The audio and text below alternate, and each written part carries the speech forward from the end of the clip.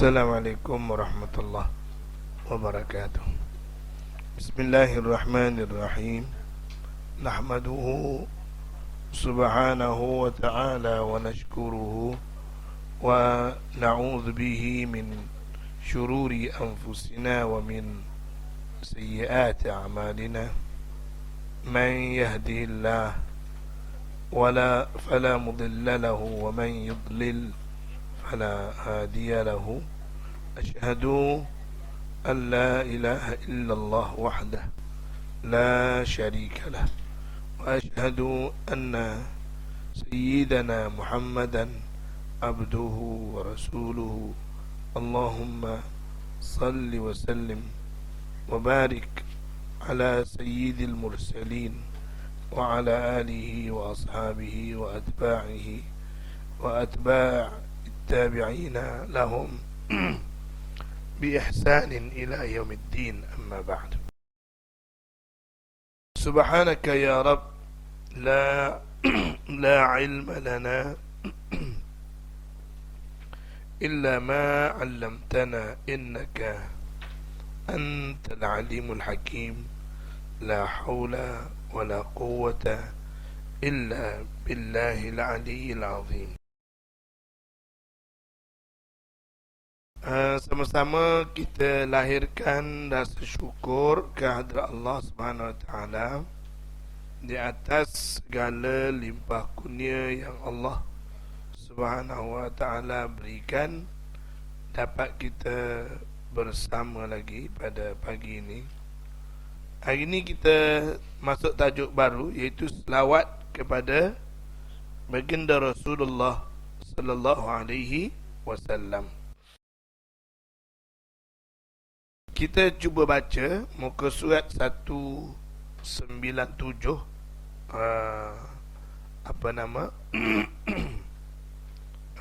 kitab kita ni. Sebab dia Al-Azkar ni pun, puan-puan, dia ada banyak versi. Yang versi terjemahan ni ada banyak syarikat yang buat terjemahan. Jadi mungkin ada yang susunannya tak sama, page dia tak sama. Yang ni kalau yang pakai yang kuning ni semua sama lah, insyaAllah. Muka surat 197, selawat kepada Rasulullah sallallahu alaihi wasallam. Allah Subhanahu wa ta'ala berfirman dalam suratul Ahzab, Inna Allah wa malaikatahu yusalluna ala nabi Ya ayyuhalladzina amanu sallu alaihi wa sallimu taslima. Itu ayatnya. Tapi yang dibawa kepada kita ni terjemahan saja. Sesungguhnya Allah dan para malaikatnya berselawat ke atas Nabi ataupun untuk Nabi. Wahai orang-orang yang beriman, berselawatlah kamu untuk Nabi dan ucapkanlah salam, penghormatan kepada Nabi. Maknanya ini perintah daripada Allah Subhanahu Wa Taala untuk agar kita berselawat dan mengucap salam ke atas Nabi Muhammad sallallahu alaihi wasallam. Jadi tanggungjawab untuk memberi salam dan juga membaca selawat ke atas Nabi itu memang dituntut oleh Allah Subhanahu Wa Taala sendiri di dalam kitab sucinya Al-Quranul Karim. Dan yang lebih istimewanya, puan-puan, kalau puan-puan perhatikan kepada terjemahan ayat tu, dia bermula dengan sesungguhnya Allah dan malaikat-malaikatnya berselawat ke atas Nabi. Kata para ulama, tidak ada amalan lain yang Allah dan para malaikat yang Allah bagi tahu dia buat juga sebagaimana yang dia perintah kepada kita. Tapi selawat ni dia suruh kita berselawat, pada waktu yang sama dia juga berselawat. Mana Allah berselawat ke atas Nabi. Ha? Allah mengucap salam kepada Nabi. Jadi kita lagilah kenalah. Kalau Allah pun berselawat, Allah pun mengucap salam, kenapa tidak kita? Jadi itu istimewanya. Allah suruh kita berzikir, dia tak ada pula cerita yang dia ni berzikir. Tapi Allah juga memuji dirinya. Allah memuji dirinya sendiri. Dan Allah juga menyuruh supaya kita memuji dirinya, bertahmid, memuji Allah Subhanahu Wa Taala. Hadis-hadis tentang keutamaan bacaan selawat dan perintah untuk melaksanakannya sangat banyak. Pada bahagian ini, kami akan menukilkan sebahagian sahaja untuk mewakili hadis-hadis lain, sekaligus berharap keberkatan dengan menulisnya. Maknanya, kata Imam An-Nawawi, hadis berkenaan dengan kelebihan berselawat ni banyak. Dan kata dia, di sini dia akan bawa kepada kita, dia nukilkan hadis-hadis untuk keberkatan kita bersama, kelebihan berselawat ke atas junjungan besar Nabi kita Muhammad sallallahu alaihi wasallam. Kita cuba tengok 339. Kami riwayatkan di dalam Sahih Muslim dari Abdullah bin Amru bin Al-As radhiyallahu anhuma. Amru adalah seorang sahabat. Abdullah anak kepada Amru bin Al-As. Anak dia nama Abdullah, sangat alim, di antara yang alim di kalangan sahabat. Abdullah bin Amr. Kita ada beberapa orang Abdullah. Kita ada Abdullah bin Abbas yang menjadi ikutan ataupun panduan yang banyak kepada Imam Syafi'i rahimahullah. Abdullah bin Abbas ni dia jadi idola kepada Imam Syafi'i. Kita ada Abdullah bin Mas'ud, dia menjadi ikutan kepada Abu Hanifah, Nu'man bin Thabit Al-Kufi, mazhab Hanafi. Kita ada Abdullah bin Umar. Abdullah bin Umar dia berada di Madinah. Dia menjadi rujukan utama kepada Imam Malik rahimahullah ta'ala, mazhab Maliki. Dan Abdullah bin Amru bin Al-As ni, dia menjadi ikutan kepada Imam Ahmad bin Hanbal. Imam Ahmad bin Hanbal banyak mengorak langkah Abdullah bin Amru bin Al-As, di antara yang alim.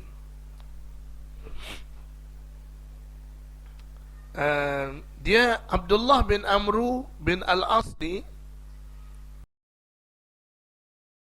dia orang politik, orang yang bijak dalam berpolitik. Amru bin Al-As. Begitu juga dengan ayah dia, Al-As bin Wa'il, orang yang bijak dalam politik. Dia ada seorang anak yang alim yang bernama Abdullah bin Amru bin Al-As bin Wa'il. Dia mendengar. Siapa dengar ni? Minta maaf Abdullah bin Amru bin Al-As ni, dia dengar Rasulullah cakap. Dia dengar Rasulullah cakap, sallallahu alaihi biha ashra man salla alayya salatan. Sallallahu alaihi biha ashra man salla alayya salatan. Saya minta maaf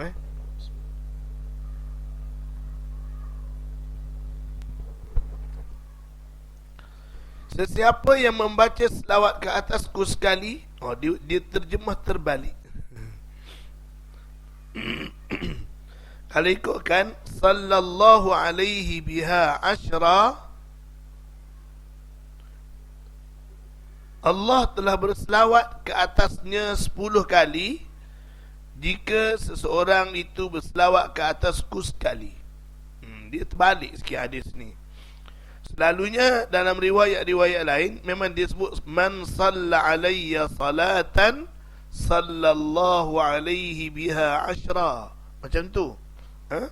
Tapi ni dia sebut sallallahu alaihi biha ashra man salla alayya salatan. Siapa yang berselawat ke atasku sekali, Allah akan berselawat ke atasnya 10 kali. Macam mana kalau kita selawat 10 kali, Allah akan selawat ke atas kita, ke atas orang yang berselawat tu 100 kali. Itu keistimewaan berselawat ke atas Nabi Muhammad sallallahu alaihi wasallam.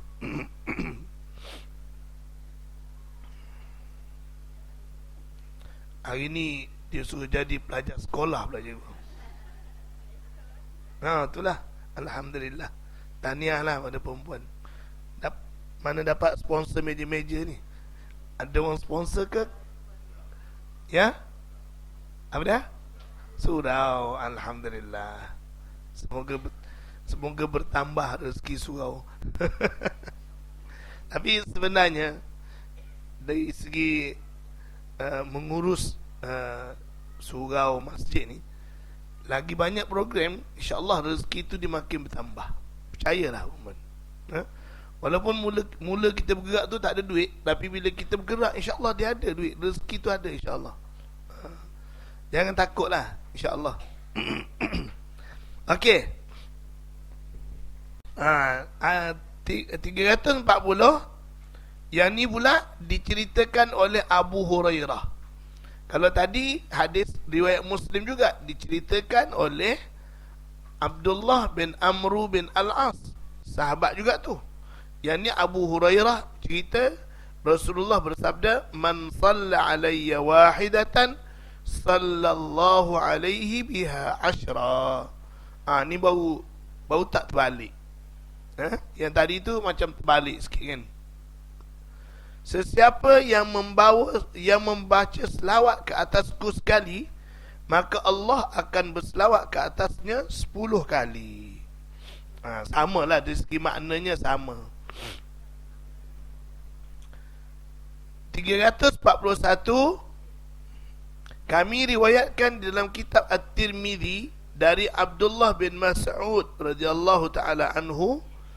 Ni daripada Abdullah bin Mas'ud. Bahawa Rasulullah sallallahu alaihi wasallam bersabda. Sila.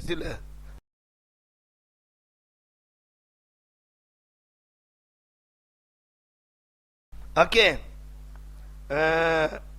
Kami riwayatkan juga daripada di dalam kitab At-Tirmidzi daripada Abdullah bin Mas'ud radhiyallahu anhu bahawa Rasulullah sallallahu alaihi wasallam bersabda, awlan nasi bi yaumal qiyamah aktsaruhum alayya salatan. Ini hadis di dalam kitab At-Tirmidzi. Imam At-Tirmidzi dia meriwayatkan hadis ini yang diceritakan oleh Abdullah bin Mas'ud, seorang sahabat lah Abdullah bin Mas'ud ni. Tapi Abdullah bin Mas'ud dengan Imam Tirmidzi ni jauh, dia ada lagi di bawah tu, di antara tu ada lagi tu, dia tak sebut. Di sini Imam An-Nawawi tak sebut. Bukan dia tak tahu, dia tahu, cuma dia tak sebut takut panjang. Nanti semua nak cerita panjang lah. Jadi Imam At-Tirmidzi meriwayatkan daripada Abdullah bin Mas'ud. Abdullah bin Mas'ud dengar Rasulullah sallallahu alaihi wasallam bersabda, awlan nasi bi, manusia yang paling dekat kepadaku pada hari kiamat adalah orang yang paling banyak berselawat kepadaku. Siapa paling banyak selawat, dialah paling dekat dengan Rasulullah sallallahu alaihi wasallam. Banyak-banyaklah selawat. Imam At-Tirmidzi mengatakan hadis ini hasan. Hadis ini juga diriwayatkan dari Abdurrahman bin Auf, Amir bin Rabi'ah, Ammar, Abu Talhah, Anas dan Ubay bin Ka'ab. Maknanya ramai di kalangan sahabat. Semua tu nama sahabat tu. Ha? Tadi Imam Tirmizi dia sebut daripada Abdullah bin Mas'ud. Tapi bukan Abdullah bin Mas'ud seorang yang meriwayatkan atau menceritakan hadis seperti ini. Di antaranya Abdurrahman bin Auf, cerita yang sama. Amir bin Rabi'ah pun cerita yang sama. Ammar bin Yasir cerita yang sama. Abu Talhah pun cerita sama. Anas bin Malik, Ubay bin Ka'ab radhiyallahu ta'ala anhum ajma'in. Semuanya ada mendengar daripada Rasulullah hadis ini. Kami riwayatkan di dalam Sunan Abu Dawud, Sunan An-Nasai dan juga Sunan Ibnu Majah dengan sanad yang sahih daripada Aus bin Aus radhiyallahu anhu. Dia berkata bahawa Rasulullah sallallahu alaihi wasallam bersabda, "Inna min afdali ayyamikum yawmal jumu'ah fa'akthiru alayya min as-salati fihi fa inna salatakum ma'rudatun alayya." Faqalu ya Rasulullah wa kayfa tu'radu salatuna alayka wa qad aramta? Qala yaqulu balita. Qala inna Allah harrama 'ala al-ardi ajsad al-anbiya. Sesungguhnya hari terbaik kamu adalah hari Jumaat. Dalam seminggu hari yang terbaik ialah hari Jumaat. Maka pada hari itu perbanyakkanlah membaca selawat kepadaku, kerana selawat kamu diperlihatkan kepadaku. Mereka bertanya, wahai Rasulullah, sahabat-sahabatlah bertanya, wahai Rasulullah, bagaimana mungkin selawat kami diperlihatkan kepadamu, sedangkan engkau telah hancur menjadi tanah? Maknanya Rasulullah, kamu dah mati, hancur jadi tanah. Macam mana nak jawab? Macam mana nak bentang selawat kami, nak dengar, nak tengok? Macam mana orang nak tunjuk pada kamu? Baginda menjawab, sesungguhnya Allah mengharamkan tanah untuk memakan jasad para nabi. Jasad para nabi tidak dimakan tanah. Kata perkataan aramta yang disebut dalam hadis tadi tu, kaifa wa kaifa tu'radu salatuna alayka wa qad aramta. Perkataan aramta dengan huruf ra yang berbaris fathah, ara, aram, mim sukun dan ta fathah, aramta. Al-Khattabi mengatakan lafaz asalnya adalah armamta. Kemudian salah satu huruf mimnya dihapuskan. Ini adalah tata bahasa sebahagian kabilah bangsa Arab. Seperti juga lafaz ziltu, af'alu kadha, yang asalnya ialah zaliltu. Ulama lain mengatakan yang benar adalah arammat dengan huruf ra fathah, mim tasydid dan ta sukun, yang artinya tulang-tulang telah hancur. Selain itu ada juga beberapa pendapat lain. Wallahu a'lam bissawab. Boleh faham ke? Sebenarnya kalau tak baca pun tak apa, yang tu tak faham pun tak apa. Itu penjelasan dari segi bahasa. Dari sudut bahasa. Kaifa tu'radu salatuna alayka,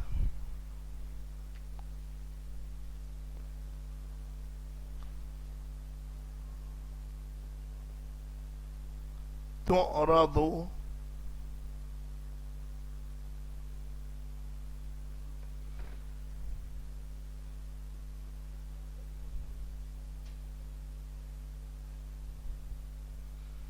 wa qad aramta.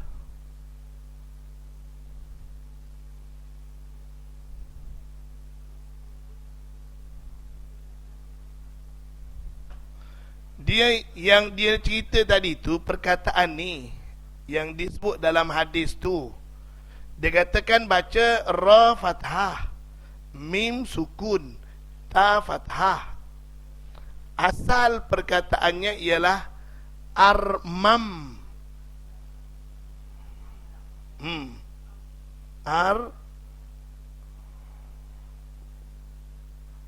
Armamta. Asal perkataannya armamta. Tetapi setelah melalui masa yang panjang, perkataan armamta jadi aramta. Itu di segi bahasa lah. Tapi ada pendapat kedua, dia kata bukan armamta, asalnya aramat. Dia kata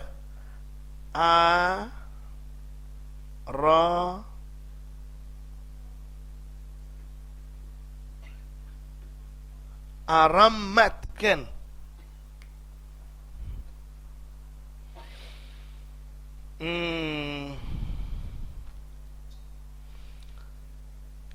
Kemudian salah satu huruf mimnya dihapuskan. Ini adalah tata bahasa sebagian. Seperti juga lafaz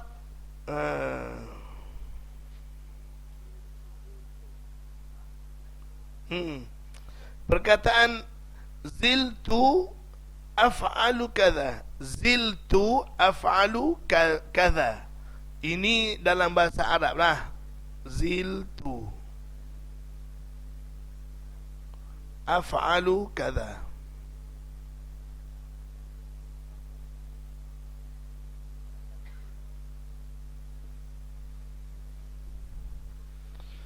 Ziltu af'alu kadha.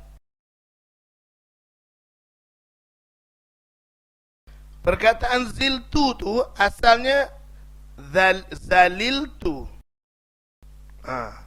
Asalnya zai lam ta. Zaliltu. Asalnya. Tapi bercakap bila lama-lama zaliltu lama-lama jadi ziltu.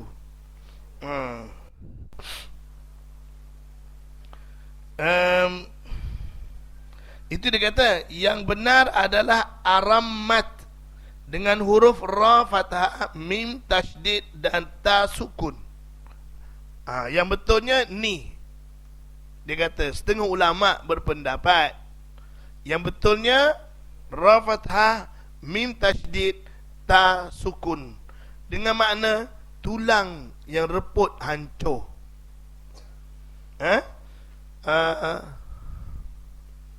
وضرب لنا مثلا ونسي خلقه قال من يحيي العظام وهي رميم.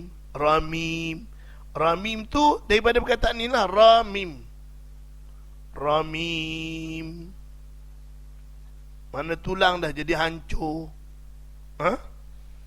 وضرب لنا مثلا ونسي خلقه قال من يحيي العظام وهي رميم.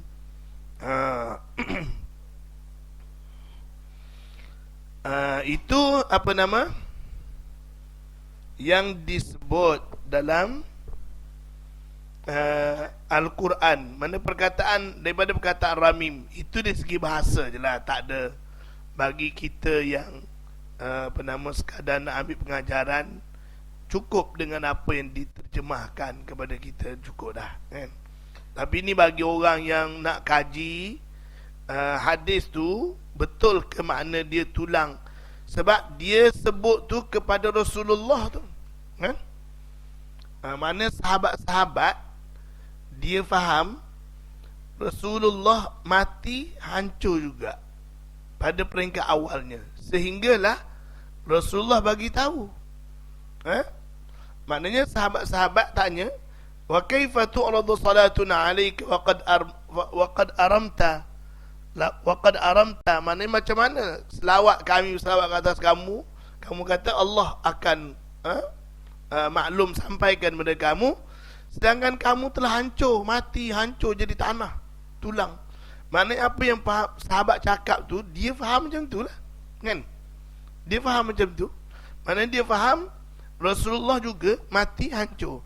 Tapi bila faham, kefahaman tu tak betul, saya minta maaf, batuk sikit. Kefahaman tu tak betul, maka Rasulullah tegur. Rasulullah ni perempuan memang macam tu sikapnya. Apa saja yang tak betul, dia tak akan diam. Dia akan beritahu. Itu memang sikap Rasulullah dan tanggungjawab dia sebagai seorang Rasul. Tidak boleh dia, sifat wajib sifat wajib yang ada pada Rasul ialah tabligh, menyampaikan.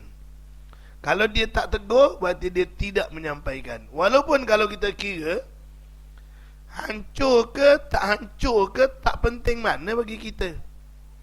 Rasulullah hancur bukan berarti kita tak percaya yang dia tu Rasul. Tak ada kesan mana pun, kan? Kalau Rasulullah hancur, apa kesan benda kita? Kalau dia tak hancur, apa kesan benda kita? Tapi bila tak betul, walaupun kecil, Rasulullah tegur. Dia tak biarkan. Para Rasul, para Nabi, jasad mereka tidak dimakan tanah, kata Nabi. Jadi kita pun tahulah, oh begitu. Jangan lagi kita beranggapan bahawa Rasul itu hancur macam orang lain juga. Tak.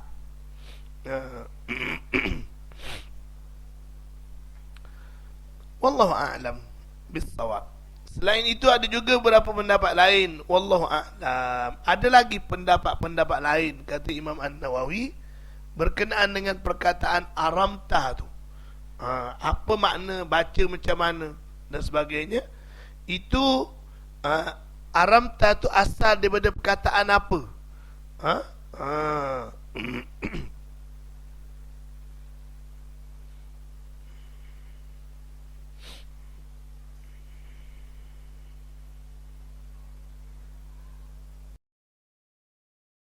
Kita tahu perkataan asal, kita tahu makna dia, kehendak makna tu macam mana.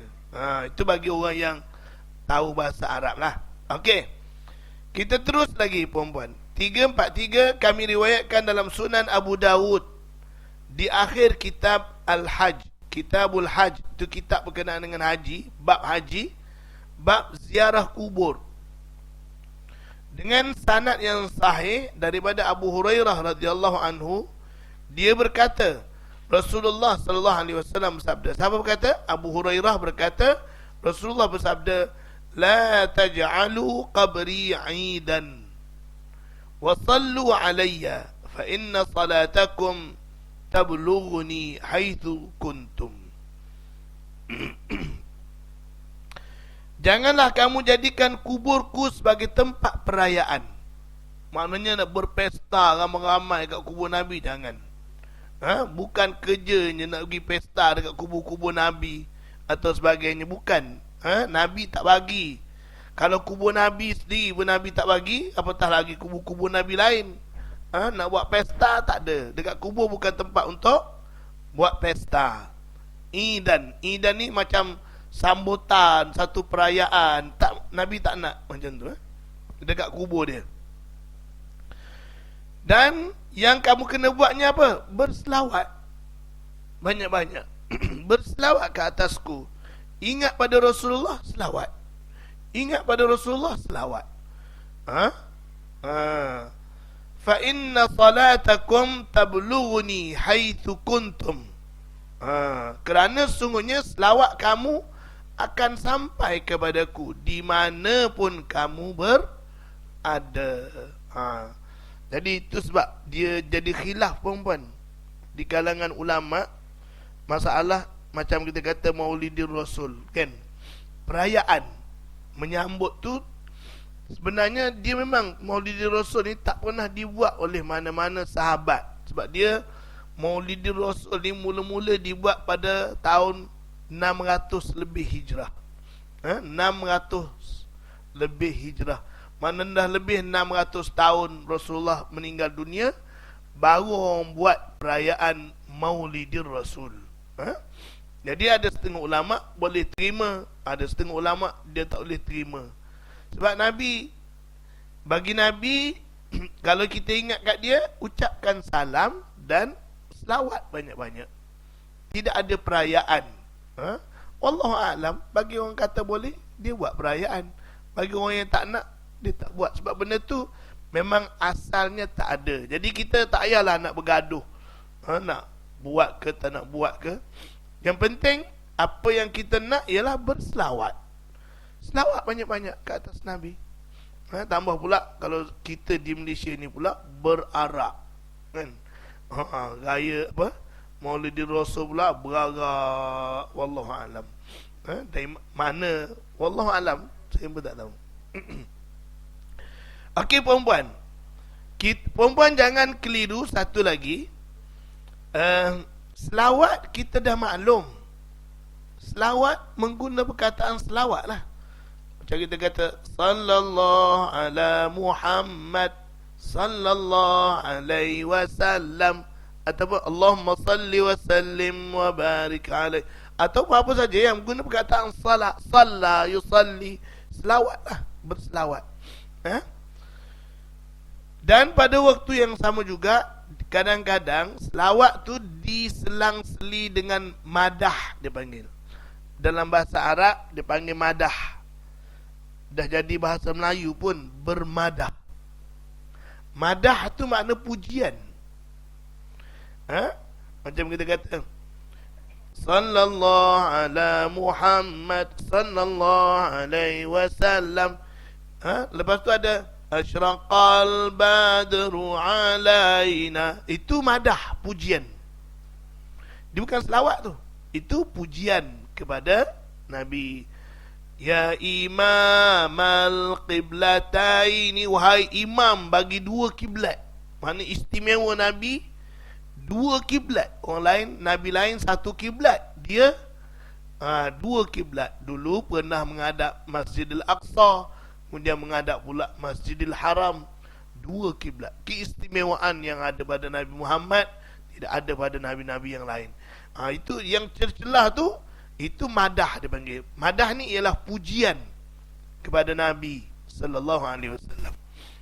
Jadi pujian tu pula memang sepatutnya kita memuji Nabi sallallahu alaihi wasallam, tetapi memuji Nabi dalam konteks dia sebagai seorang nabi. Jangan kita kadang-kadang yang dipertikaikan oleh setengah ulama tu, yang menjadi pertikaian, bila puji tu over sikit dalam memuji. Saya ada satu kata-kata yang dulunya saya pun amalkan juga, tapi saya rasa macam agak over lah, wallahu alam. Di antaranya yang dulu pernah saya amalkan, ya kamilaz zat, wahai zat yang sempurna. Tu Nabi ke Rasul Allah tu? Zat yang sempurna. Ya jamilaz sifat, wahai sifat-sifat yang indah.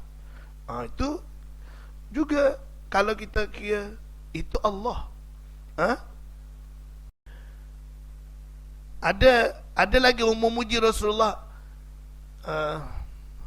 Antallazi min nurikal badru iktasa wasyamsu musyriqatun binuri bahaka. Kamulah matahari bersinar dengan cahaya engkau. Nabi ke Allah tu?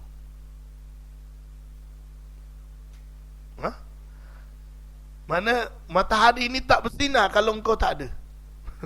Seolah-olah macam cahaya engkau lah yang menyebabkan matahari itu bersinar. Cahaya engkau lah yang menyebabkan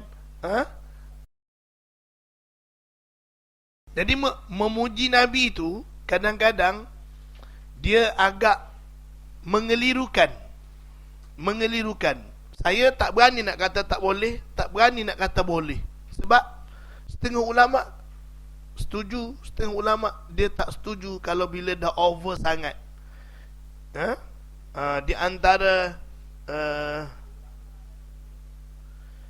di antara yang kita selalu amalkan, ya khairal khalqi man liman aludhu bihi. Wahai sebaik-baik makhluk yang aku berlindung dengannya. Sepatutnya kita berlindung dengan Rasul ke berlindung dengan Allah? Itu yang kadang-kadang dia menimbulkan keraguan dari segi itulah, dari segi bukan setengah tu, bukan dia tak setuju kita memuji Nabi. Puji itu pujilah, nak puji, tapi kadang-kadang dalam memuji tu ada bahasa-bahasa yang kadang tu over. Jadi bila over, dia mengelirukan. Mengelirukan. Jadi bila mengelirukan ni sebenarnya kalau ikutkan hadis lah, da' ma yuribuka ila ma la yuribuka, tinggal apa yang meragukan, ambil yang tidak meragukan. Kenapa kita nak puji sampai gitu sekali? Kan?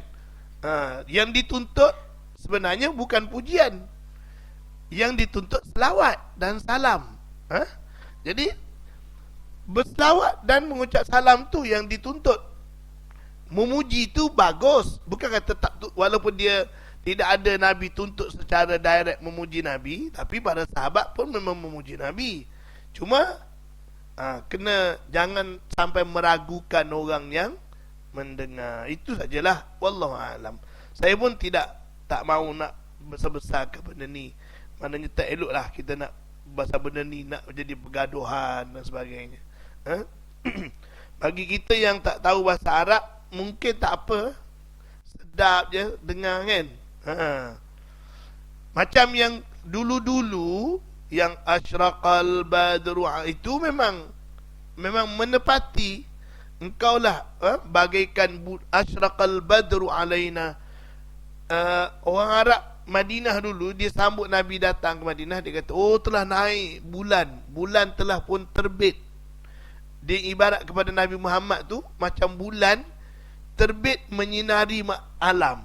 Nabi Muhammad datang ke Madinah macam bulan terbit menyinari alam. Asyraqal badru alaina min thaniyatil wada. Itu memang di antara qasidah yang sangat lama daripada zaman Rasulullah lagi.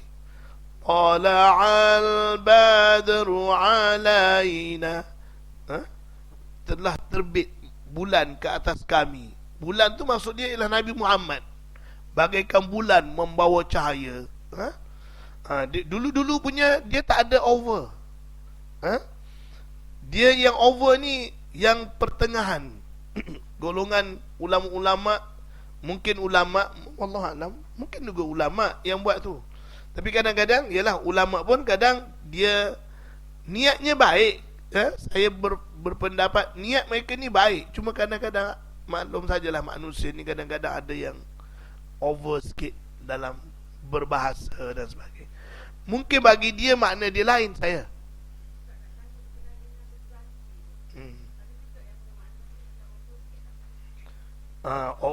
Makna satu fakta.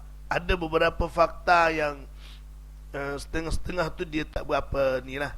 Di antara yang yang apa nama, dia kata Nabi tu daripada cahaya. Nabi Muhammad tu daripada Nur Muhammad. Nur Muhammad ni sebenarnya semua hadis yang cerita tentang Nabi Muhammad tu daripada Nur adalah tidak sahih. Tidak sahih. Dan sebenarnya Nabi Muhammad tu daripada Nur asalnya pegangan Syiah. Asalnya. Tapi kemudiannya di kalangan Ahlus Sunnah pun pegang juga. Nabi Muhammad itu daripada cahaya. Sedangkan Allah menafikan Nabi Muhammad itu bukan malaikat. Jadi daripada cahaya ni malaikat.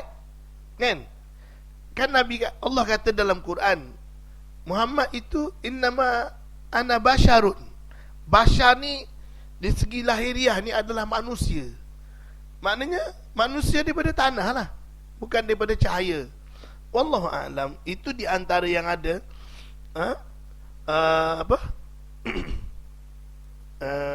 yang kita nak bangun selawat, ya tala'la'u min husanah, apa nama tu? Ya tala'la'u min, maknanya keluar cahaya daripada Nabi Muhammad sallallahu alaihi wasallam. Wallahu alam. Sebab dia orang cari hadis berkenaan dengan Nabi Muhammad ni adalah cahaya. Dalam kitab-kitab Ahlus Sunnah tak jumpa. Bukhari ke, Muslim ke, Tirmizi ke, Abu Daud, Nasai, ulama-ulama Sunni tidak meriwayatkan hadis tu. Hadis berkenaan Nabi Muhammad itu daripada cahaya. Wallahu alam. Tapi memang ada pendapat tu, memang ada. Jadi Ja'far Al-Barzanji itu ada yang berpendapat, wallahu alam, dia orang Kurdis.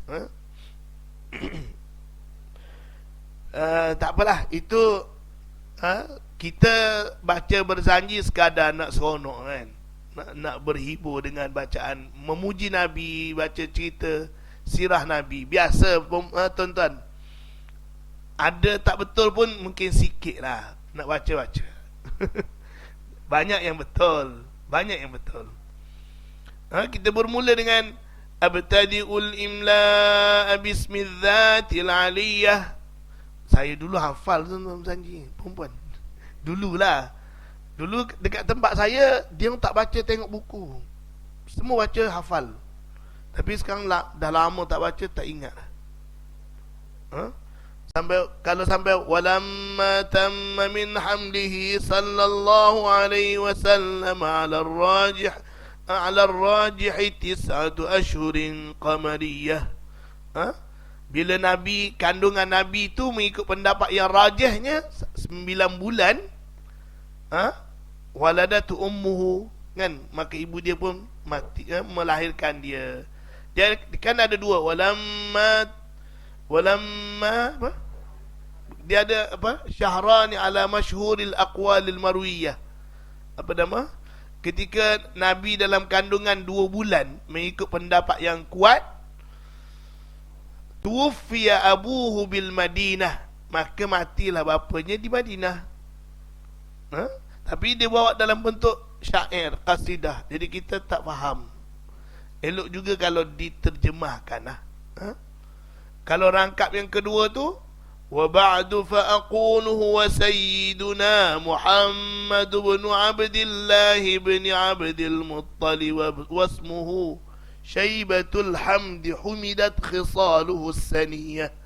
Itu cerita tentang keturunan Nabi Muhammad. Dia kata apa? Nabi Muhammad bin Abdullah, Muhammad bin Abdullah, wasmuhu ibni Abdul Muttalib bin Abdul Muttalib. Abdul Muttalib tu ismuhu Syaibah. Nama dia sebenar ialah Syaibah. Abdul Muttalib tu gelaran, nama dia sebenar Syaibah. Syaibah bin Hashim. Tapi orang lebih kenal dengan Abdul Muttalib. Hashim tu dia ada seorang abang, adik-beradik lelaki yang bernama Al-Muttalib. Hashim ni dia peniaga. Dia berniaga di Syam. Syam ni kalau daripada Mekah, atas lagi daripada Madinah. Daripada Mekah pergi Madinah, lepas tu Syam. Jadi bila daripada Syam, dia akan transit Madinah, baru balik ke Mekah. Perempuan berjalan lama, perempuan tinggal isteri lama, kahwin dekat Madinah. Transit kahwin. Kahwin dekat Madinah, dapat anak, nama dia Syaibah. Jadi anak ni bila dah agak besar, bila abang dia pergi ke Syam, balik, kau ambil lah anak aku ni bawa balik. Dia pesan. Dia pesan pada abang dia, balik ambil anak aku Syaibah. Bila abangnya ambil, bawa balik ke Mekah, masa dalam perjalanan tu, Syaibah ni diletakkan di belakang unta. Selalunya yang letak belakang unta ni, bertenggek ke atas belakang unta, selalunya hamba, anak-anak hamba yang akan dijual, dia letak ke belakang unta. Jadi orang tengok tak kenal, orang Mekah tengok tak kenal budak ni siapa ni, tak pernah tengok. Agaknya Al-Muttalib ni nak jual hamba kot. Itu sebab jadi Abdul Muttalib, hamba kepada Al-Muttalib. Bukan makna dia, bukan nama dia. Orang panggil dia hamba kepada Al-Muttalib, Abdul Muttalib.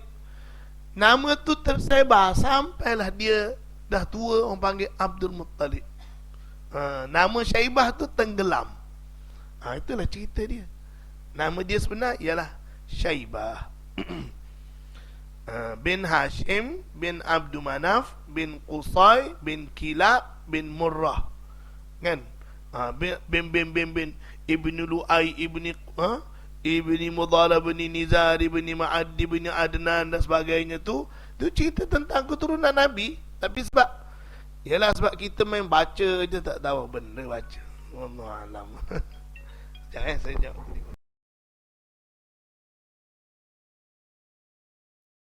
Okey. Jadi berselawat memang dituntut.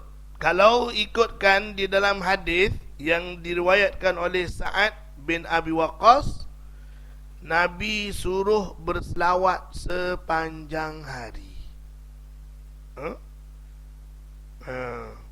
Nabi suruh berselawat sepanjang hari. Mungkin ada dalam, kami riwayatkan juga di dalam Sunan Abu Daud dengan sanad yang sahih juga dari Abu Hurairah. Abu Daud mengambil riwayat ni yang diceritakan oleh Abu Hurairah bahawa Rasulullah sallallahu alaihi wasallam bersabda, "Ma min ahadin yusallimu alayya illa raddallahu alayya ruhi hatta arudda alaihi salam." Itu hadis yang diceritakan oleh Abu Daud, yang diriwayatkan oleh Abu Daud, katanya sahih mengikut cerita Abu Hurairah. Tidaklah seseorang mengucapkan salam kepadaku kecuali Allah telah mengembalikan rohku hingga aku menjawab salamnya. Itu sebab perempuan saya lah secara peribadi, saya setuju dengan pendapat Izzuddin Abdul Salam. Bagi dia, kita tak perlu orang nak pergi ke Madinah kita kirim salam. Tak perlu. Sebab apa tak perlu? Sebab kita boleh memberi salam di sini direct. Kenapa nak kirim-kirim? Sebab memang banyak hadis, banyak sekali hadis Nabi kata kita berada di mana-mana bagi salam. Bangun pagi bagi salam. Allahumma salli wa sallim. Allahumma salli wa sallim. Ya Allah, selawatkanlah dan ucapkanlah salam ala Muhammad, ke atas Nabi Muhammad. Itu sampai. Kalau kita kirim, bukan tak boleh, tapi nanya kat dia yang terima wakil tu, nak pergi, nak sampaikan salam payah perempuan. Nak duduk situ kejap je kena halau dah. Orang duk tolak-tolak. Dia punya hajat pun banyak, doa dia pun banyak, kan? Masa bila dia nak cakap tu, Yalah, tak tahulah cakap ke tak, kan? Tak sempatnya. Jadi saya punya pendapat, perempuan ingat kepada Rasulullah dari sini, bagi salam dan berselawat. Tak perlu masa orang nak pergi sekali setahun dia kirim salam. Hai ucap salam kepada Rasulullah sallallahu alaihi wasallam.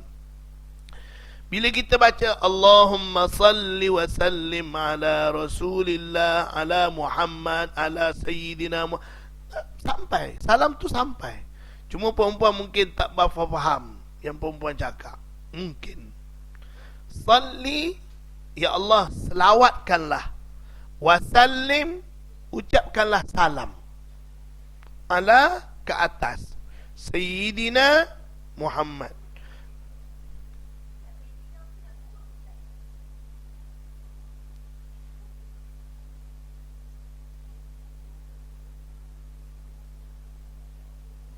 Allahumma, ya Allah, salli.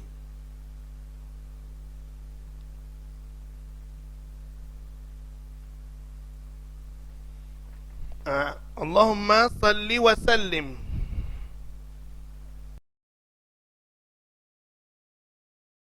Oh, sorry. Saya tak perasan. Ingatkan tak ada.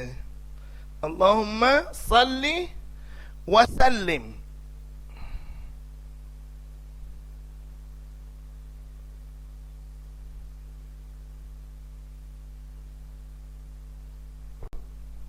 Allahumma salli wa sallim ala Muhammad. Ya Allah, selawatkanlah dan ucapkanlah salam, ataupun sampaikanlah salam.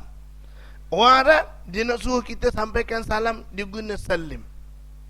Macam saya, katakanlah saya nak pergi ke mana-mana, salim ala ummik, kirim salam kepada mak awak. Guna perkataan salim. Itu memang dalam percakapan biasa, mengucap salam. Masalah Sayyidina, Sayyidina ni makna dia tuan.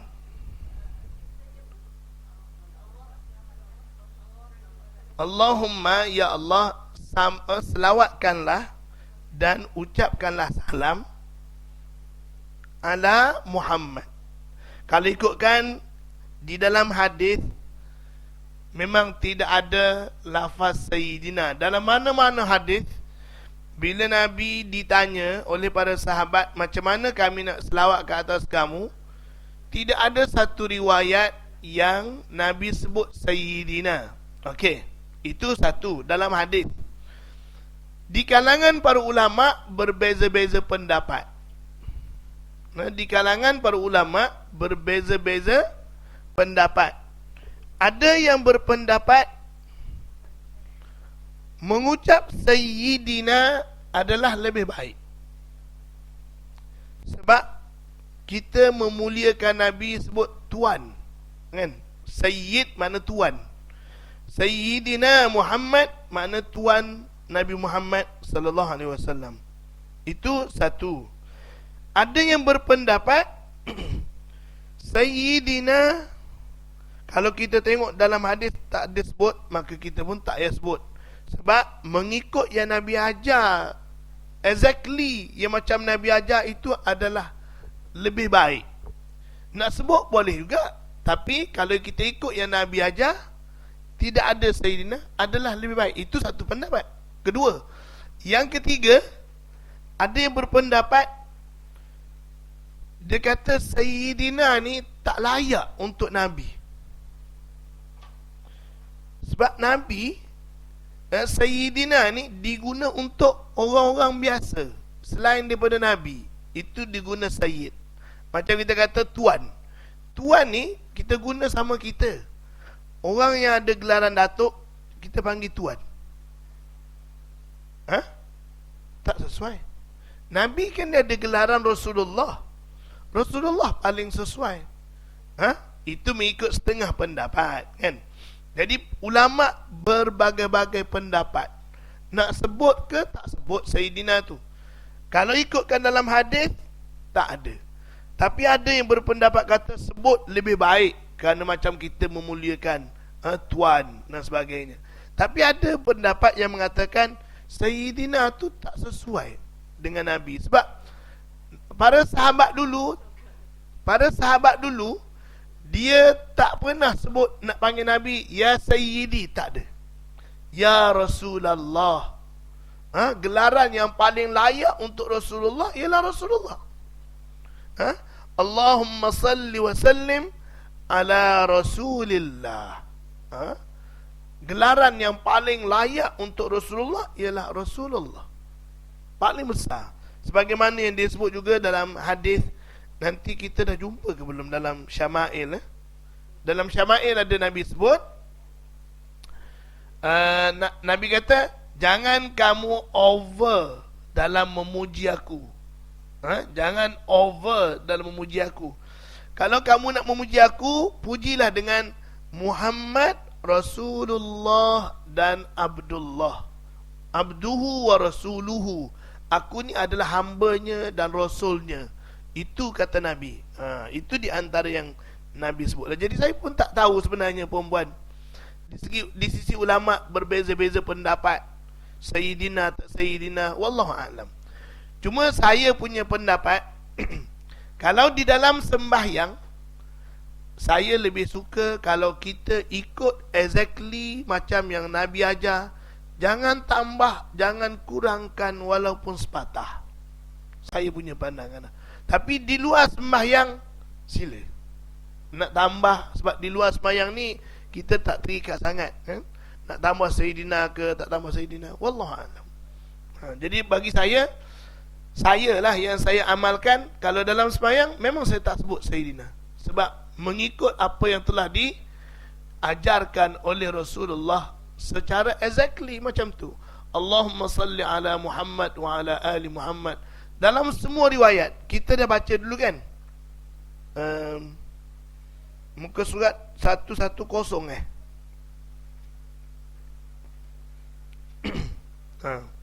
muka surat 110 berkenaan dengan bacaan selawat di dalam sembahyang. Sebahagian sejawat kami mengatakan wajib, membaca selawat tu wajib ke atas ahli keluarga Rasulullah, dan setengah kata ahli keluarga tu sunat. Yang terbaik dalam bacaan selawat adalah Allahumma salli ala Muhammad abdika wa rasulika. Dia guna abdika wa rasulika an-nabiyil ummi wa ala ali Muhammad wa azwajihi wa dhurriyyatihi kama sallaita ala Ibrahim wa ala ali Ibrahim wa barik ala Muhammad an-nabiyil ummi wa ala ali Muhammad wa azwajihi wa dhurriyyatihi kama barakta ala Ibrahim wa ala ali Ibrahim fil alamin innaka Hamidum Majid. Itu bacaan selawat yang terbaik mengikut pendapat Imam An-Nawawi rahimahullahu ta'ala. Jadi kalau ikut Imam Nawawi, tak ada tambah Sayyidina. Saya tak ingat pendapat siapa ulama yang sebut, yang dia galakkan sebut Sayyidina. Ada di kalangan ulama mazhab Syafi'i, ada yang menggalakkan sebut Sayyidina, tapi ada yang tak galakkan. Wallahu a'lam. Jadi saya menganggap benda tu khilaf. Mana ada setengah ulama kata dia galakkan, setengah ulama dia tidak menggalakkan, setengah ulama, wallahu a'lam, pandangan macam-macam, pandangan kita pun tak tahu. Jadi kalau di segi amalan, beramallah dengan yang mana meyakinkan kita, jangan beramal dengan yang meragukan. Yang tinggal yang meragukan, ambil yang betul-betul meyakinkan kita. Mudah-mudahan kita selamat dunia dan akhirat. Wallahu a'lam.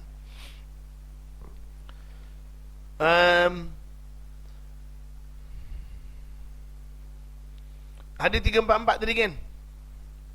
Jadi Imam Abu Hurairah meriwayatkan, yang maksudnya tidaklah seseorang mengucap salam kepadaku kecuali Allah telah mengembalikan ruhku hingga aku menjawab salamnya. Dalam satu hadis yang lain Nabi kata, inna lillahi malaikatun sayyahina fil ard. Sesungguhnya bagi Allah itu sekumpulan malaikat yang kerjanya ialah berjalan, sayyahina fil ard, berjalan seluruh muka bumi ni. Dia cari siapa yang berselawat ke atas Nabi, dia akan bawa selawat tu kepada Nabi untuk Nabi jawab.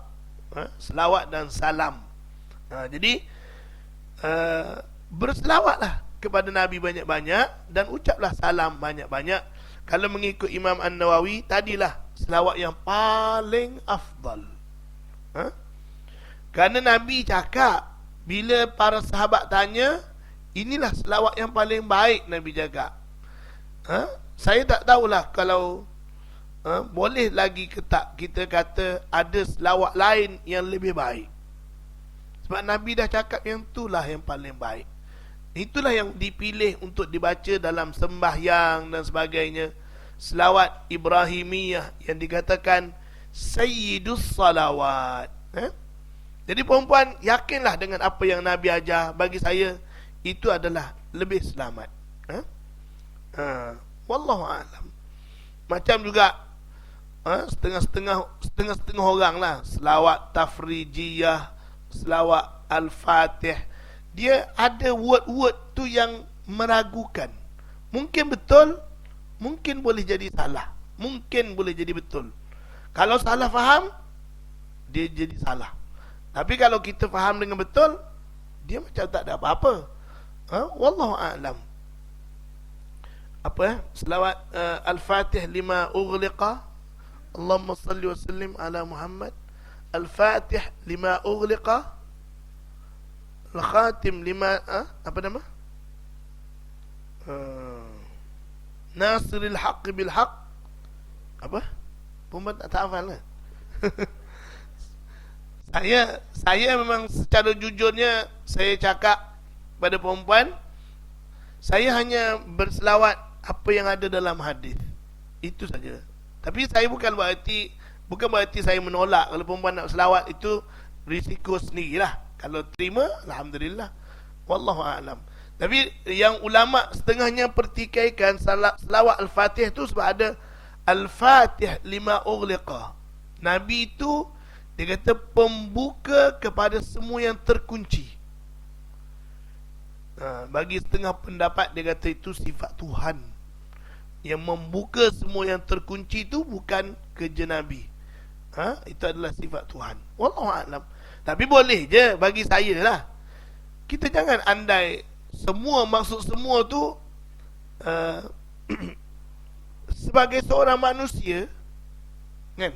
Sebagai seorang manusia, dia membuka apa yang terkunci sebagai seorang manusia. Banyak pun yang Nabi tak boleh buka, kan? Nabi tak boleh buka hati bapa saudaranya. Nabi tak boleh buka banyak. Bukan semua yang Nabi boleh buka. Itu sebab yang dia jadi pertikaian tu dari segi makna dia. Bukan orang anti selawat. Tak, saya tak faham macam tu. Tapi yalah, kadang-kadang bila dua puak ni dia bergaduh, masing-masing nak cari kelemahan. Masing-masing jadi over antara satu dengan yang lain. Bila yang ni, komen yang ni, dia kritik dengan keras, pedas dan sebagainya. Yang ni pun sama juga. Bila kritik satu lagi dengan sangat pedas dan sebagainya. Wallahu a'lam. Benda tu memang ada apa namalah, macam tafrijiyah tu apa? Tunji apa nama? Kamilatan, salatan kamilatan, tanfariju bihil uqadu wa tuqda bihil hawaij. Maknanya selawat ke atas Nabi yang boleh menunaikan segala hajat. Tuqda bihil hawaij. Adakah Nabi boleh tunaikan segala hajat? Itu di antara yang word-word yang menjadi kesamaran bagi setengah yang wallahu a'lam. Sebab dia tidak ada dalam hadis. Selawat tafrijiyah, selawat al-fatih, itu semua daripada para ulama yang dia letak word tu untuk memuji Nabi. Tapi bagi setengah berpendapat pujian tu agak over. Wallahu a'lam. Bagi setengah kata dia boleh terima. Dia bukan puji Nabi, dia apa nama, bukan sebagai Tuhan, sebagai seorang manusia. Wallahu a'lam. Itu saya tak berani. Wallahu a'lam. Tak berani nak komen lebih-lebih. Tapi begitulah yang saya dengar. Yang pihak belah sini cakap macam ni, yang pihak belah sini dia kata kita puji itu sebagai seorang manusia, bukan puji sebagai seorang sebagai Tuhan. Wallahu a'lam. Wallahu a'lam. Kita tak tahulah sebenarnya. Tapi bagi saya, yang pertama, saya punya pendapat lah, beramal dengan yang tidak meragukan. Ini pertama. Yang kedua, kalau kita benda-benda yang meragukan ni, dia menimbulkan polemik. Jadi keluar daripada polemik itu adalah lebih baik untuk kesatuan ummah. Wallahu a'lam. Beramal dengan apa yang ada dalam sunnah pun dah cukup bagi saya lah. Wallahu a'lam bissawab.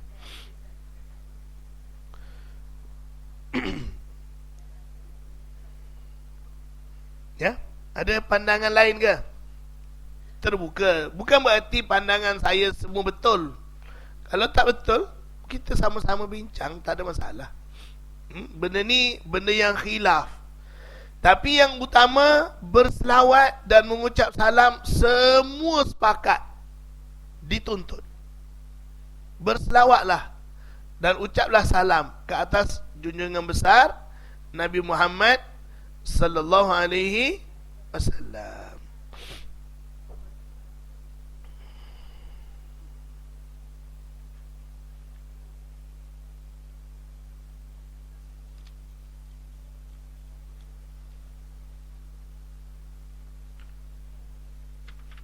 Ya.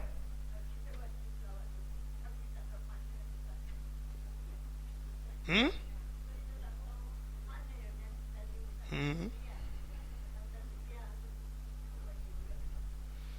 Saya pun baca.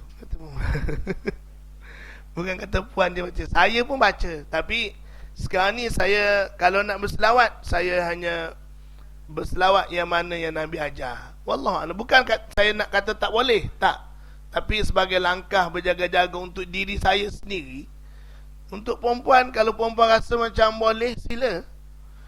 Tapi kalau rasa macam meragukan, saya lebih suka nak mengajak perempuan untuk menuju yang tidak meragukan. Wallahualam. Saya.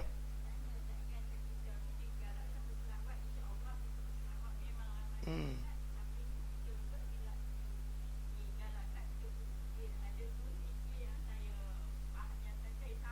Hmm.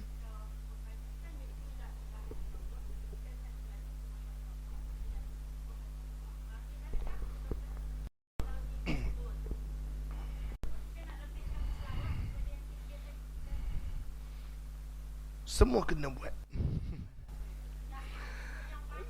Yang paling banyak la ilaha illallah.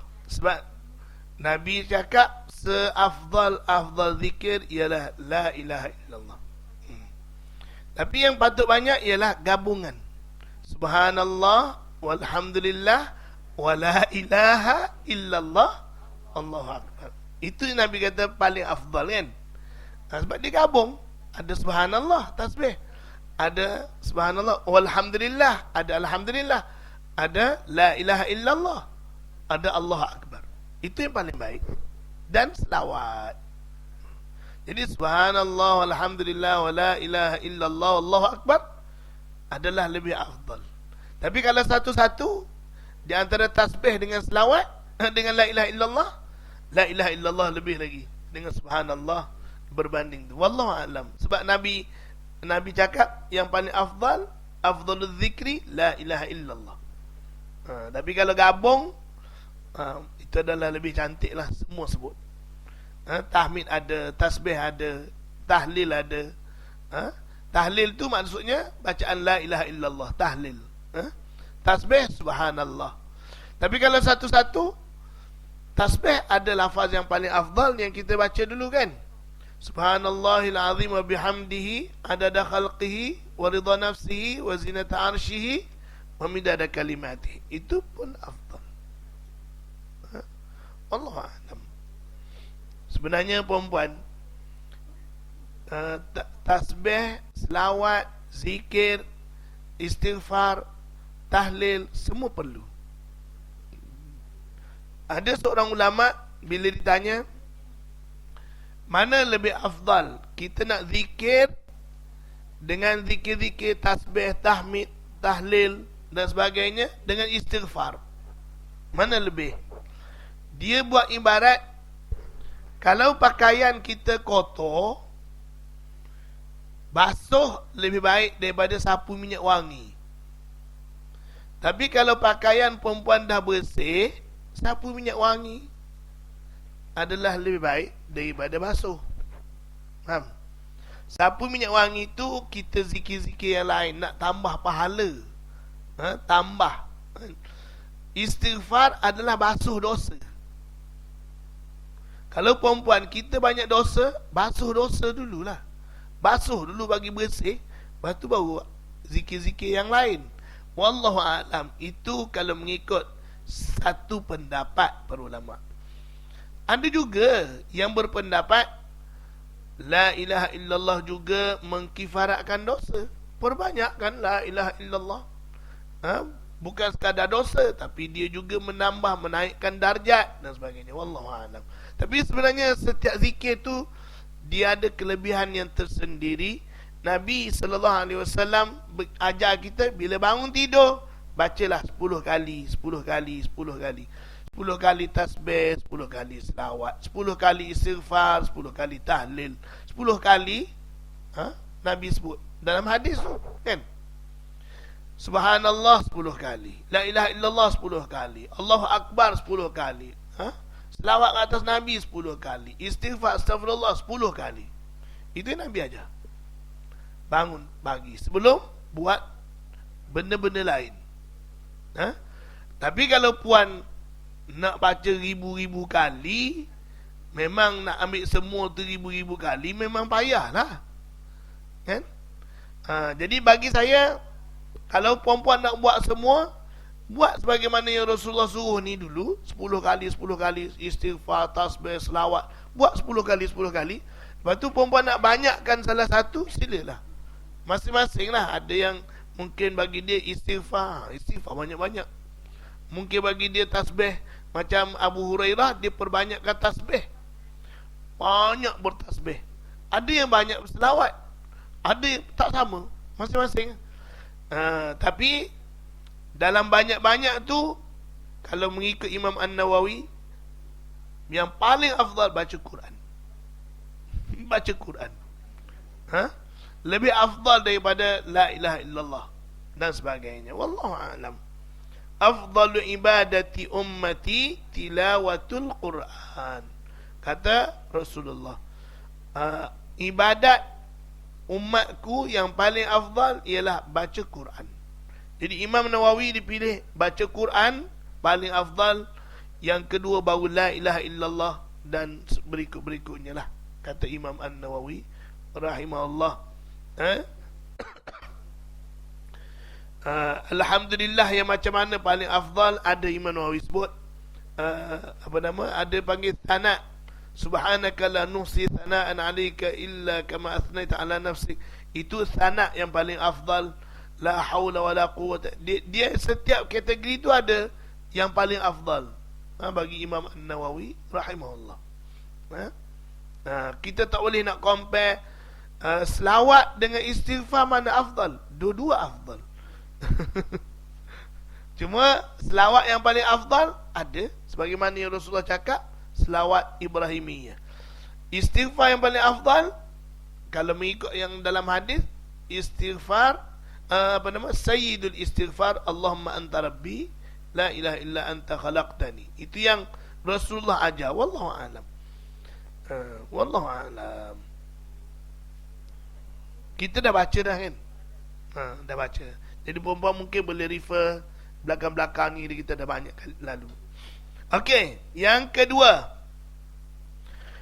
mengucapkan selawat dan salam semasa nama Nabi sallallahu alaihi wasallam disebutkan. Bila kita dengar nama Nabi disebut ataupun dipuji, maka eloklah kita berselawat ke atas Nabi Muhammad sallallahu alaihi wasallam.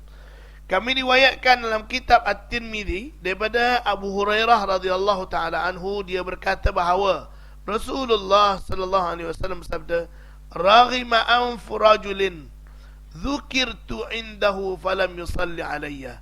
Celakalah seseorang yang namaku disebut di hadapannya, padanya, kemudian dia tidak berselawat kepadaku. Ada orang sebut nama Nabi Muhammad sallallahu alaihi wasallam. Nabi sendiri cakap. Sebenarnya bukan Nabi cakap ni. Hadis ni kalau kita tengok, dia dalam hadis kelebihan Ramadan ada sebut Jibril yang cakap. Jibril kata apa nama? Satu hari sahabat tengok Nabi naik atas mimbar, naik selangkah, Nabi cakap amin. Naik selangkah lagi, Nabi cakap amin. Naik selangkah lagi, Nabi cakap amin. Jadi para sahabat tengok, kenapa pula Rasulullah ni tiba-tiba amin, amin, amin. Tak ada cakap apa-apa, tiba-tiba amin. Tanya Nabi, ya Rasulullah, kenapa kau pelik hari ni? Tiba-tiba seorang-seorang amin. Kan?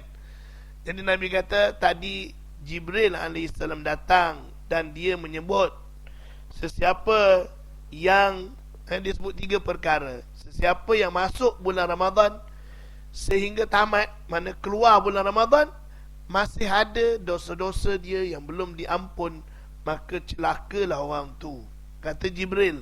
Maka Nabi pun kata amin. Jadi perempuan, di antara yang paling kita sepatutnya memberi fokus dalam bulan Ramadan ni ialah untuk keluar daripada Ramadan dengan sifar dosa. Sifarkan dosa kita sepanjang Ramadan. Itu yang pertama. Yang kedua, Nabi kata, Jibril beritahu, sesiapa yang sempat dengan salah seorang ibu bapanya, ibu atau bapanya, atau kedua-duanya sekali di usia tua, dan kesempatan tersebut tidak menjadi penyebab untuk dia masuk syurga, maknanya dia tak berkhidmat kepada mak bapak dia sehingga dengan khidmat tu dia boleh masuk syurga, maka Nabi kata, Jibril kata, celakalah kepada orang tersebut. Maka Nabi pun kata amin. Mana siapa yang mak bapak dia masih ada, dah tua, dia tidak berkhidmat sehingga melayakkan dia dengan khidmat tu dia boleh masuk syurga, maka dia celaka. Yang kedua.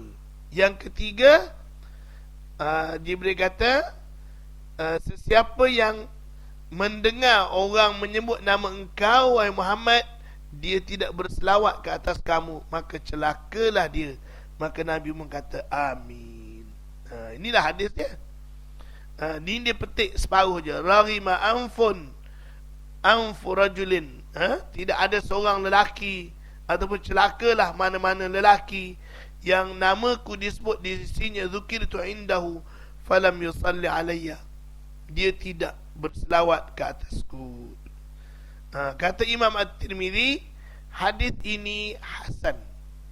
Hasan ni maksudnya hadis ni dia tak sampai ke tahap sahih. Tapi hadis hasan dia dikira boleh kita guna, boleh diguna untuk berhujah. Wallahu a'lam. Kami riwayatkan di dalam kitab Ibnu Sunni dengan sanad yang baik daripada Anas radhiyallahu anhu. Dia berkata, siapa berkata ni? Anas berkata bahawa Rasulullah sallallahu alaihi wasallam bersabda, "Man dzukirtu indahu falyusalli alayya, fa innahu man shalla alayya marratan sallallahu azza wa jalla alaihi asyra." Sesiapa yang namaku disebut di sisinya, hendaklah membaca selawat kepadaku, hendaklah dia berselawat kepadaku, kerana sesiapa yang berselawat ke atasku sekali, maka Allah subhanahu wa ta'ala akan berselawat ke atasnya 10 kali. Saya sebenarnya perempuan, secara peribadilah, saya tak berapa setuju dengan terjemahan dia ni, membaca selawat. Saya kurang setuju secara peribadi. Saya lebih suka berselawat. Membaca ni macam baca tak tahu apa-apa. Tapi kita nak berselawat ke atas Nabi. Allahumma salli wa sallim. Maknanya berselawat tu daripada hati dia, ke atas Nabi kita Muhammad sallallahu alaihi wasallam. Puan-puan, Allah berselawat ke atas kita macam mana?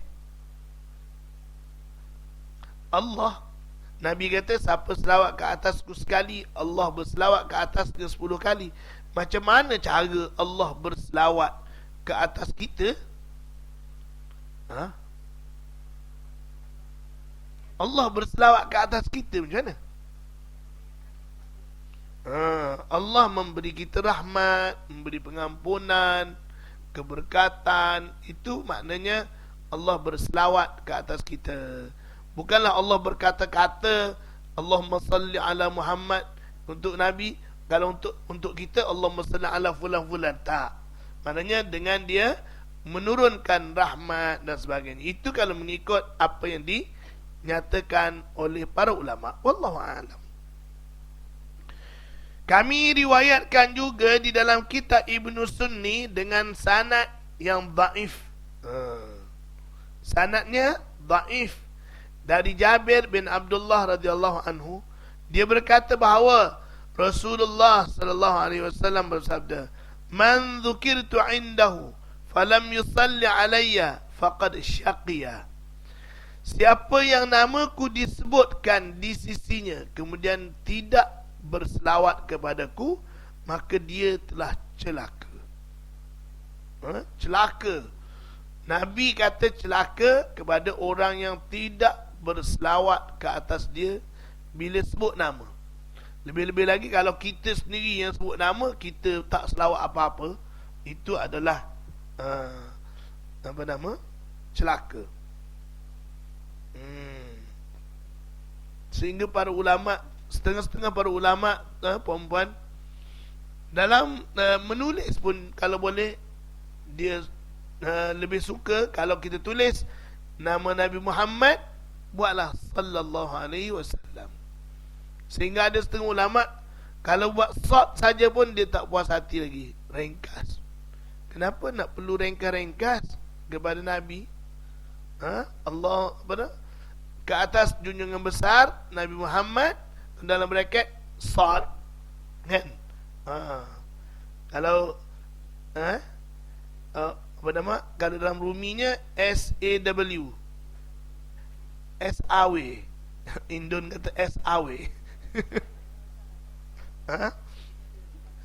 Indon cakap SAW.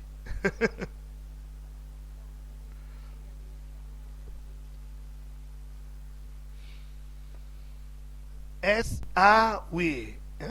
SAW. Kenapa sebut SAW? Rugi je sebut SAW. Baik, sallallahu alaihi wasallam terus. Kenapa nak SAW?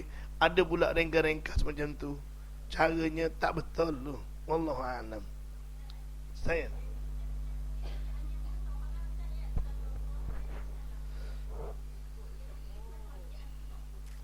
dia bukan tak boleh, dia tak adalah sampai berdosa, tapi pandangan para ulama. Nabi tak pernah bagi komen yang tulis.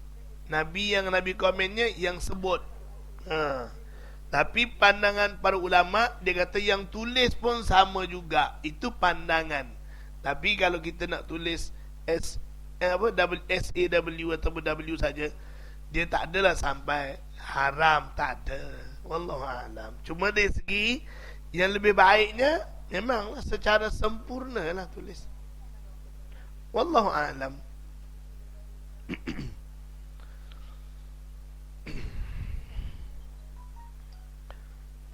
Itu dari segi apa nama adab kita dengan Rasulullah sallallahu alaihi wasallam. Dan satu lagi, sebagai tanda kita cinta kepada Rasulullah, banyak berselawat ke atas Nabi. Sama ada secara sebut ataupun secara bertulis, berselawat ke atas Nabi kita Muhammad sallallahu alaihi wasallam. Kami riwayatkan dalam kitab At-Tirmidzi daripada Ali radhiyallahu anhu, dia berkata bahawa Rasulullah sallallahu alaihi wasallam bersabda, "Al-bakhilu man dzukirtu 'indahu falam yusalli 'alayya." Yang ni satu lagi, Nabi melabelkan orang yang tak suka selawat ni sebagai bakhil. Kedekut. Bukan kedekut duit je, kedekut nak berselawat, kedekut tenaga. Orang yang kedekut adalah apabila namaku disebutkan di sisinya, dia tidak berselawat kepadaku. Allah Subhanahu wa ta'ala tidak suka kepada orang yang bakhil. Allah tak suka. Banyak ayat dalam Quran Allah tak suka orang yang bersifat bakhil. Bakhil ni berlawanan dengan sifat Nabi yang sangat pemurah. Allah juga bersifat maha pemurah. Allah suka kalau hamba-hambanya bersikap dengan sikap pemurah, mengikut kadar dia lah. Nabi sangat pemurah. Kerana Allah SWT suka orang yang bersifat pemurah. Sebenarnya perempuan, dia ada kaitan dengan akidah. Kita yang jadi, tak tahulah perempuan, saya lah yang jadi kedekut sebab sayang dan macam tak apa yakin kalau aku bagi ni ada ke rezeki lain nak datang. Kan? Bagi-bagi kan tak datang. Kan? Itu yang menyebabkan kita jadi sayang, takut. Saya tak tahulah perempuan, saya cerita ni saya. Jadi dia ada kaitan dengan akidah. Itu yang Nabi kata, Allah tak suka orang yang bakhil. Bakhil tu berarti seolah-olah macam dia tak percaya yang Allah SWT tu memberi rezeki. Memberi rezeki. Memang kita ni sebenarnya lebih percaya kepada apa yang kita lihat daripada apa yang Allah janjikan untuk kita. Secara realitinya begitu. Itu menyebabkan kita jadi macam sayang-sayang je. Kalau ditanya pada hati, semua nak bersedekah membantu orang, betul tak? Tapi nak bagi tu, Allah kan bagi kan habis aku. Pokai aku nanti macam mana pula, kan? Jadi begitu. Jadi kurangnya kita keyakinan terhadap Allah Subhanahu Wa Taala. Bukan kita je perempuan, para sahabat dulu pun ada juga yang macam tu. Ada di kalangan sahabat yang sangat kuat, maknanya sangat sukar untuk bersedekah. Bukan semua sahabat tu pemurah. Ada sahabat yang hebat dalam peperangan, tapi di sudut sedekahnya kita tak tahu. Ada sahabat yang di sudut sedekahnya hebat, tapi dari segi amal ibadat zikirnya kita tak tahu. Ada sahabat yang dari segi zikirnya hebat, tapi dari sudut-sudut yang lain, sedekah, sembahyang malamnya kita tak tahu. Ada sahabat yang akhlak dia dengan kawan-kawan sangat baik, tapi dari segi yang lain-lain kita tak tahu. Itu sebab kalau ikut Ibnu Athaillah, Allah memberi kita ruang untuk masuk syurga dari pelbagai sebab. Dari pelbagai sebab. Ada orang masuk syurga dengan cara berzikir. Ada orang masuk syurga dengan cara bersedekah. Ada orang masuk syurga dengan cara banyak berpuasa. Ada orang masuk syurga dengan sebab dia banyak berbakti. Tolong orang, Masya Allah, ringan tulang. Tapi kalau minta duit, sekupang pun tak ada. Miskin, tapi tenaga dia Masya Allah. Macam-macam. Boleh masuk syurga dari pelbagai cara. Golongan abrar pun ada juga masuk syurga kerana banyak khidmat. Abrar, iaitu orang yang banyak khidmat, jasa kepada orang lain. Inna kitabal abrari lafi illiyin. Sesungguhnya kitab golongan abrar itu di satu tempat yang namanya Illiyin. Illiyin tu di mana perempuan? Ada pendapat kata Illiyin tu di Arash. Ada yang kata di Sidratul Muntaha. Ada yang kata di atas langit yang ketujuh. Wallahu a'lam, kita pun tak tahu. Tapi Allah kata, yang pastinya Allah cakap golongan abrar. Golongan abrar tu ialah orang yang banyak buat kebajikan. Dalam tafsir ayat tu juga Ibnu Katsir bawa satu pendapat, satu riwayat yang mengatakan syurga yang paling kecil untuk golongan abrar, kalau nak dijelajah seluruh syurga tu, mengambil masa 2000 tahun. Syurga yang paling kecil untuk golongan abrar. Maknanya hebat. Itu sebab ada satu doa yang Nabi ajar, wa adkhilnal jannata ma'al abrar. Ya Allah, masukkanlah aku, matikanlah aku, apa? Masukkanlah aku ke dalam syurga bersama dengan golongan abrar. Wa adkhilnal jannata ma'al abrar. Masukkanlah syurga bersama golongan al-abrar yang banyak buat kebajikan. Bukan semua orang perempuan yang boleh buat kebajikan ni pun. Walaupun ada peluang, tak mau ni. Setengah orang dia pergi cari lagi peluang untuk buat kebajikan kan. NGO pergi merata Palestin lah, Syria lah, Somalia lah, Bangladesh lah, Myanmar lah, apa merata. Itu kebajikan dia nak buat. Mudah-mudahan dia boleh masuk syurga melalui pintu Al-Abrar. Macam-macam. Para sahabat dulu pun macam tu juga. Ada macam-macam. Jadi perempuan, yang penting kita buat kerja kita. Nah, Allah kata apa? I'malu ala makanatikum inni amilun inni amil, kata Allah SWT. Beramalah kamu atas mengikut darjat, mengikut tahap kamu masing-masing. Mengikut tahap kamu masing-masing. Kita tak boleh nak compare amal kita dengan amal orang sebelah. Mungkin dia baik dari segi sedekah, tapi cakap tak tahu. Mungkin dia baik dari segi cakap, tapi ibadat tak tahu. Hubungan dengan suami, hubungan dengan anak, hubungan dengan jiran tak tahu. Banyak. Harap-harap salah satu boleh menyebabkan kita masuk syurga. Masing-masing ada kelebihan masing-masing. Nabi kata, aku juga beramal. Kamu beramal lah mengikut darjat kamu. Aku juga beramal. Nabi beramal ikut darjat dia. Kita beramal ikut darjat kita. Kita nak kejar. Ada seorang, kita dah baca, nanti kita tak baca lagi kot. Hadis yang keberapa? Dalam hadis 40 tu ada sebut Ahlud Dusur. Ahlud Dusur ni apa nama? Golongan miskin zaman Rasulullah pergi mengadu pada Rasulullah. Ya Rasulullah, kami ni orang miskin-miskin. Penatlah kami, dia kata, ya Rasulullah, macam mana? Kami ni miskin, hartanya tak ada. Tengok orang kaya di kalangan sahabat tu. Mereka boleh, mereka semayang macam kami semayang. Mereka beribadat macam kami beribadat. Tapi mereka ada harta untuk disedekahkan, kami tak ada. Rugilah kami. Tak ada harta. Jadi Nabi kata, Nabi beritahu, bukan semestinya dengan hartanya, dengan zikir.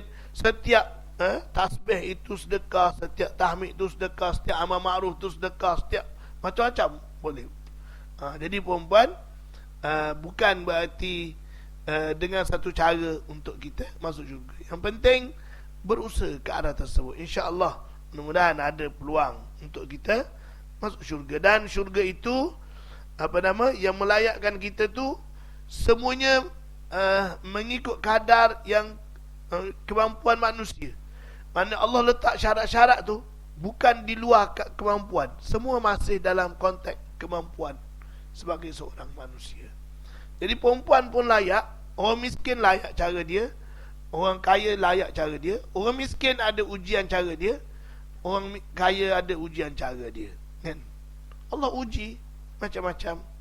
Kerana ujian itu juga ada banyak hikmah, ada banyak manfaat, kan? Minggu lepas suasana di Malaysia, bukan Malaysia je, gempa seluruh dunia, kan? Satu dunia perempuan. Kawan saya dekat Dubai hantar mesej, ni betul ke? Saya pun terkejut juga. Dia orang Iran, bukan orang Malaysia pun. Dia orang Iran. Dia kata keluar berita kat sini berlaku kebakaran. Saya kata betul lah. Memang kebetulan mungkin dia kenal juga kot. Sebab mudir Ma'had Tahfiz tu, Ustaz Zaid Mahmud tu, kawan saya. Dia junior saya setahun, Ustaz Zaid. Junior dekat sekolah menengah dulu. Lepas tu dia pun pergi Pakistan. Ittifaqiyah tu nama sekolah dia dekat Pakistan. Dia ambil nama tu, Ittifaqiyah. Tapi dia bukan sekolah yang macam ni. Sekolah dia hebat. Hebat. Dijemput oleh PM, dijemput oleh Istana Negara, semua macam-macam pergi. Hebat-hebat. Bukan kata, bukan sekolah yang lemah, kurang lah, daif lah. Sekolah yang hebat. Arwah tu. Yalah, saya balik daripada Iraq, saya jumpa dengan dia sekitar tahun 2000 berapa, awal-awal 2000 lah, 2001 gitu. Dia kata dia ada orang wakafkan rumah untuk buat sekolah tahfiz. Datuk, dia kata. Saya pun tak pernah pergi Banglo tu. Wallah alam. Yalah, benda nak jadi kan. Allah Akbar. Tapi sedih lah. Sedih. Sampai hati betul tegar betul hati. Budak belum ada IC lagi perempuan. Seorang tu kan. Belum. Ya Allah, macam mana? Okeylah perempuan, kita berhenti setakat tu dulu. Sifat selawat ke atas Nabi. Nanti kita sambung semula bicara kita berkenaan dengan selawat dan salam. Jadi perempuan, selawat dan salam ni, perempuan perbanyakkanlah selawat dan salam sepanjang hari. Sebab ada satu riwayat daripada Sa'ad bin Abi Waqqas.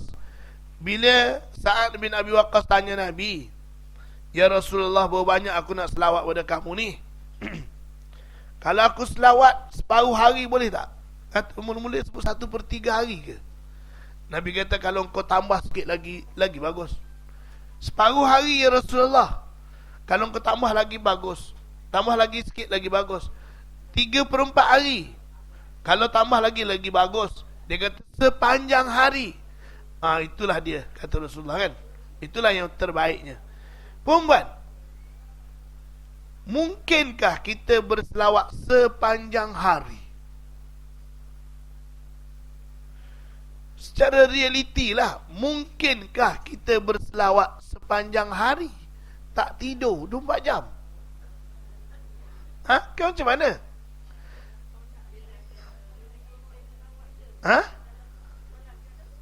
Tak, dia kata ni sepanjang hari dalam solat tu tahu dah. Ni sepanjang hari ni.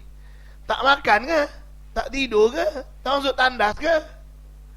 Habis kalau masuk tandas, macam mana? Maksud Rasulullah tu macam mana? Yang kata selawat sepanjang hari tu macam mana? Kita kena faham juga apa yang Rasulullah nak tu. Takkan Rasulullah nak suruh kita buat benda yang di luar kemampuan, kan? Rasulullah pun tahu dia pun manusia, kita pun manusia. Ada ke manusia yang boleh tinggal makan ataupun tengah-tengah makan berselawat sambil-sambil macam mana? Ke macam mana? Jadi perempuan, Imam An-Nawawi rahimahullah ta'ala, dia ada sebut, mungkin kita akan jumpa, dia sebut maksud selawat sepanjang hari ialah semua benda yang kita buat sepanjang hari tu kita selawat. Nak duduk selawat, nak bangun selawat, nak makan selawat. Itu maksud sepanjang hari, bukan maksud 24 jam. Kalau 24 jam mustahil, kan? Kan berpendapat macam mana sepanjang hari? Ya? Sambil-sambil masak sepanjang, jangan berhenti-henti. Nak bercakap tak boleh, selawat. Katakanlah, bagi contoh. Jadi apa maksud selawat sepanjang hari tu? Setiap benda yang kita nak buat, selawat. Ada selawat. Setiap benda yang kita buat, selawat. Itu maksud dia. Kalau ikut Imam An-Nawawi lah. Wallahu ta'ala a'lam. Tak kisahlah selepas ke sebelum ke, selawat. Bismillahirrahmanirrahim. Allahumma salli ala Muhammad. Wallahu a'lam, boleh.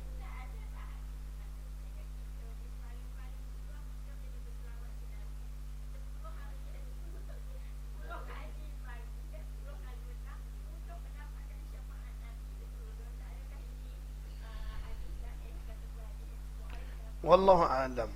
Tak, dia Tidak sebut secara maknanya sebut figure macam tu, saya rasa saya tak pernah jumpa lah. Cuma Nabi sebut siapa yang banyakkan selawat untuk melayakkan syafaat. Banyak. Macam yang Nabi suruh kita baca doa selepas azan untuk layakkan selawat. Nabi suruh banyaklah selawat untuk melayakkan kita dapat syafaat. Allahuakbar. Okey puan-puan, kalau tak ada apa-apa, saya rasa saya berhenti setakat ni dulu. Kita tangguh dengan sama-sama membaca tasbih kafarah dan sama-sama kita berselawat ke atas Nabi dan sama-sama kita berdoa. Subhanakallahumma wa bihamdika asyhadu an la ilaha illa anta astaghfiruka wa atubu ilaik. Allahumma salli ala Muhammad wa ala ali Muhammad kama sallaita ala Ibrahim wa ala ali Ibrahim wa barik ala Muhammad wa ala ali Muhammad kama barakta ala Ibrahim wa ala ali Ibrahim fil alamin innaka Hamidum Majid. اللهم إنا نسألك رضاك والجنة ونعوذ بك من سخطك والنار. اللهم إنك عفو كريم تحب العفو فاعف عنا وعن والدينا وعن ذوي الحقوق علينا وعن جميع المسلمين والمسلمات برحمتك يا أرحم الراحمين. اللهم انفعنا ما علمتنا وعلمنا ما ينفعنا.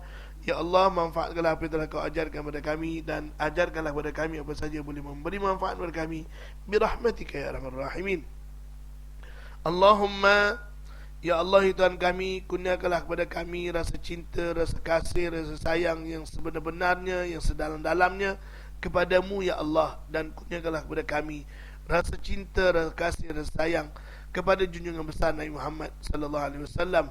Ya Allah, kurniakanlah kepada kami rasa cinta, rasa kasih dan sayang kepada mana-mana amalan yang boleh membawa kami cinta kepadamu dan cinta kepada nabimu birahmatika ya arhamar rahimin. Sallallahu ala sayyidina Maulana Muhammad wa ala alihi wa ashabihi wa atba'ihi ajma'in. Walhamdulillahi rabbil alamin. Taqabbalallah.